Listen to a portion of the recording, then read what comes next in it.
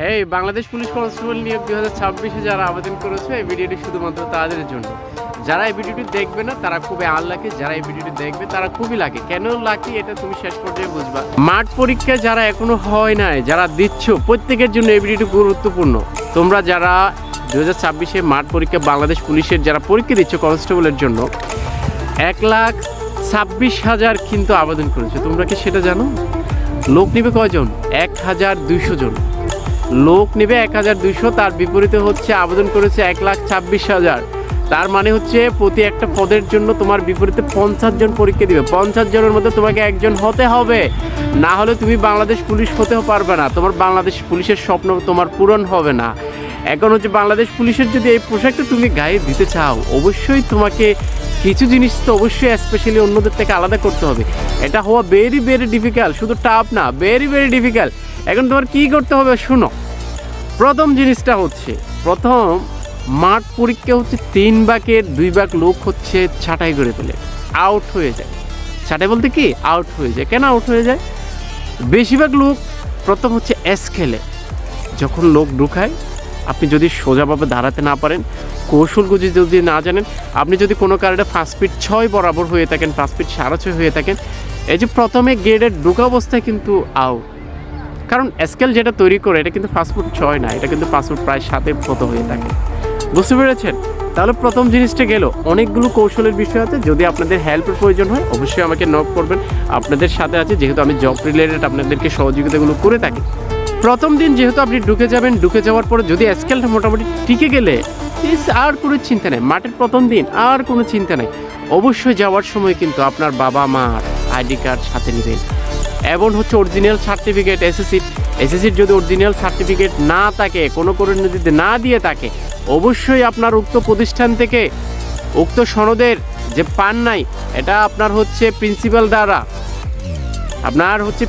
দ্বারা আপনি এটার জন্য একটা প্রত্যয়ন নেবেন। 100% নিতে হবে, না হলে কিন্তু বাদ পড়ে যাওয়ার সম্ভাবনা অনেক বেশি।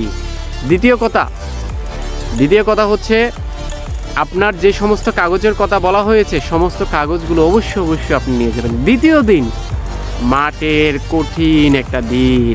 এবার আসলে শরীর তোমার সক্ষমতা যাচাই মানে কি, তোমার ভিতরে কিছু আছে, তোমার ভিতরে যে একটা বাহিনী, সে বাহিনীর শক্তি কি তোমার মধ্যে আছে সেটা তোমাকে প্রুভ করতে হবে।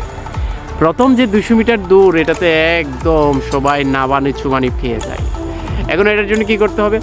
যেহেতু একদম মর্নিংয়ে যাও সবাই, এখন প্রসেসিংগুলো কাজগুলো করতে করতে অনেক লেট হয়ে যায়, সবার এনার্জি যেটা থাকে এটা লো হয়ে যায়। এত বেশি নাস্তাও কেউ করে যায় না। আমি বলবো যে অবশ্যই নাস্তা করে যাবা, শরীরকে শক্তি দিয়ে যাবা।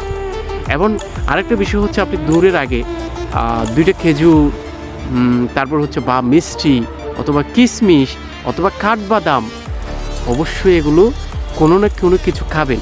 যদি মিষ্টি অথবা হচ্ছে আপনার হচ্ছে খেজুর, এই 2টো জিনিস হলে সবচেয়ে ভালো হয়। অনেকক্ষণ এনার্জি দৌড়ে থাকা যায় এবং অনেকক্ষণ হচ্ছে শক্তি পাওয়া যায় দূরের জন্য।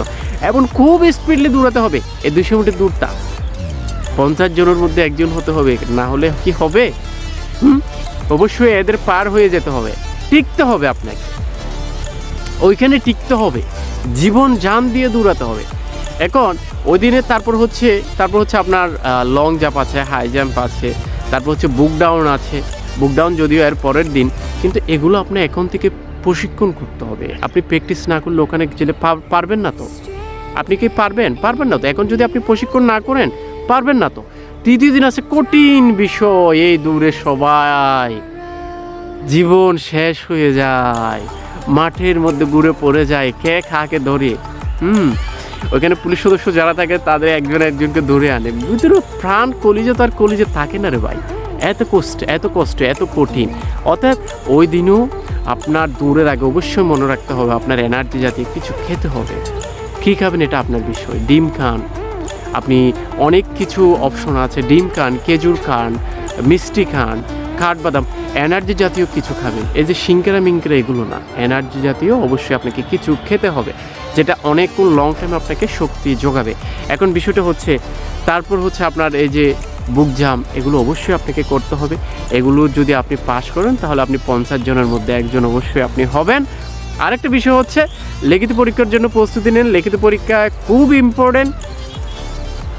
কারণ আপনি মাঠ পরীক্ষায় ঠিকই গেলেন, 5-6 দিন সময় পাবেন, ওই সময় আপনি এত তাড়াতাড়ি এত পড়াশোনা আপনি কভার করতে পারবেন না এখন থেকে যদি না নেন। তবে সহজ বিষয় হচ্ছে আমার একটা পুলিশ কনস্টেবলের সম্পূর্ণ হচ্ছে প্রশ্ন ব্যাংক আছে, যেগুলো পূর্ববর্তী পরীক্ষা যেগুলো প্রশ্ন ছিল এবং সমাধান সহ সমস্ত কিছু দেওয়া আছে, এগুলো নিয়ে আপনার পরীক্ষার জন্য খুব সহজ হবে লিখিত পরীক্ষাটা।